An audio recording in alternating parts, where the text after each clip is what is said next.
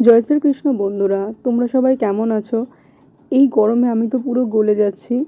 সে যাই হোক, বাড়িতে বসে বসে অনেক বোর লাগছিল বেশ কিছুদিন ধরে। আর হাতে কিছু টাকাও ছিল, সেই টাকাগুলো খরচা করতে আমি আবার বেরিয়ে পড়লাম কোথাও না কোথাও ঘুরতে। নিউ টাউন একটা কাজে যাচ্ছিলাম, সেই কাজ থেকে ফেরার পথে বেশ কিছু জায়গা আমরা ঘুরলাম। চলো সেগুলোই তোমাদের সাথে শেয়ার করব। তো ফেরার পথে প্রথমে আমরা এয়ারক্রাফটের এই মিউজিয়ামটায় গিয়েছিলাম, যেখানে টিকিটের প্রাইস ছিল 30 টাকা করে।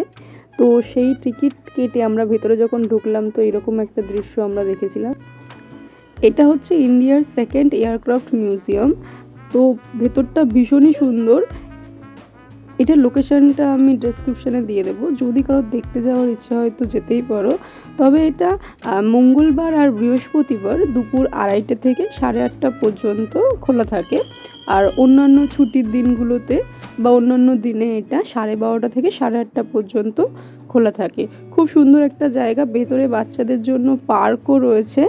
তো এর ভেতরে একজন গাইড ছিলেন, যিনি আমাদেরকে বোঝাচ্ছিলেন পুরো এই এয়ারক্রাফটের ব্যাপারে।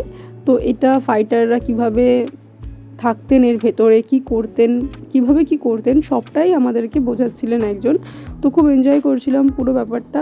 আর খুব সুন্দর একটা জায়গা ছিল এটা, আর এটা ভীষণ বড় ছিল।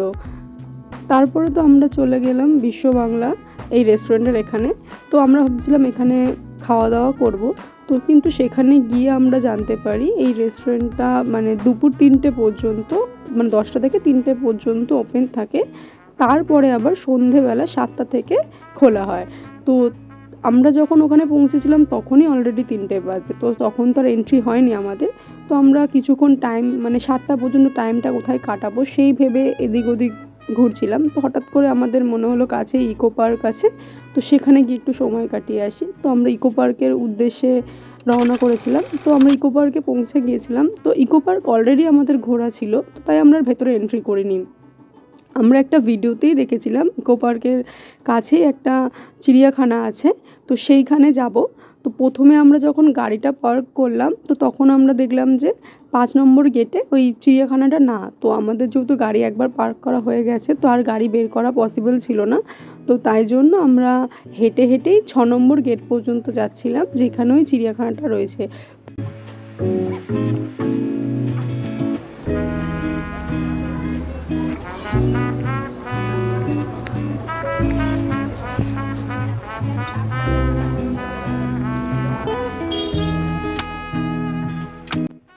50 টাকা করে টিকিট নিয়েছিল এই হরিণালয়ে ঢোকার জন্য।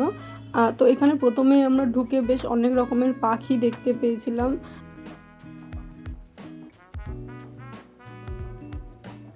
তারপর আমরা চলে গিয়েছিলাম এই সুন্দর সুন্দর হাঁসগুলোকে দেখতে। প্রচুর হাঁস ছিল এখানে, অনেক রকমের ছিল এখানে হাঁসগুলো।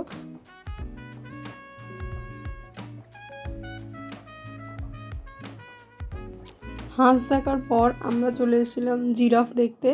দুটো বড় বড় জিরাফ এদিক ওদিক ঘুরে বেড়াচ্ছে।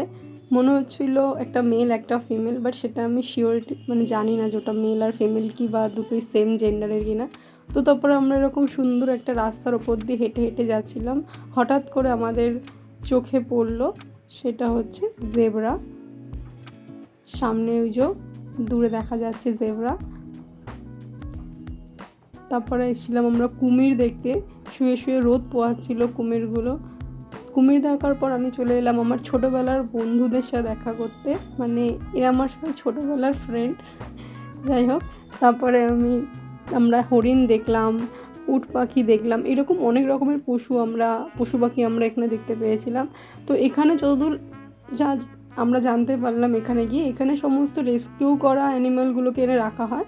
তারপর ওরা যখন আবার সুস্থ হয়ে যায়, তখন সেগুলোকে আবার জঙ্গলে ফেরত পাঠিয়ে দেওয়া হয়। এরকম করতে করতে আমাদের টাইম কেটে গিয়েছিল, পার্ক বন্ধ হওয়ার সময় হয়ে গিয়েছিল। তো আমরা পার্ক থেকে বেরিয়ে আবার ইকো পার্কে ব্যাক করেছিলাম। তো সেখানে আমরা কিছুক্ষণ বসে সন্ধ্যেবেলায় কিছু খাওয়া দাওয়া করে যখন দেখলাম 7টা বেজে গেছে, তখন আবার আমরা বিশ্ববাংলা গেট রেস্টুরেন্টের ওখানে ব্যাক করলাম।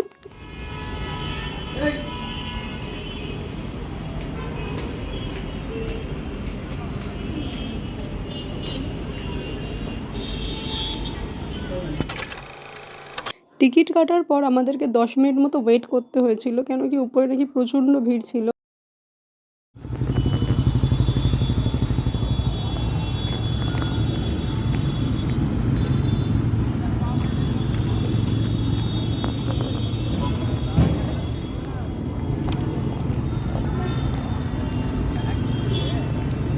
লিফটে উঠতে হবে, সিঁড়ি দিয়ে উঠবো না?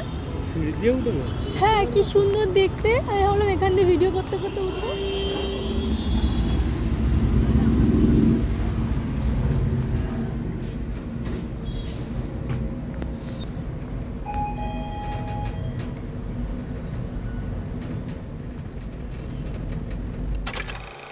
লিফটে করে উপরে ওঠার পরে ভিউটা ঠিক এরকম ছিল, বেশ সুন্দর একটা জায়গা।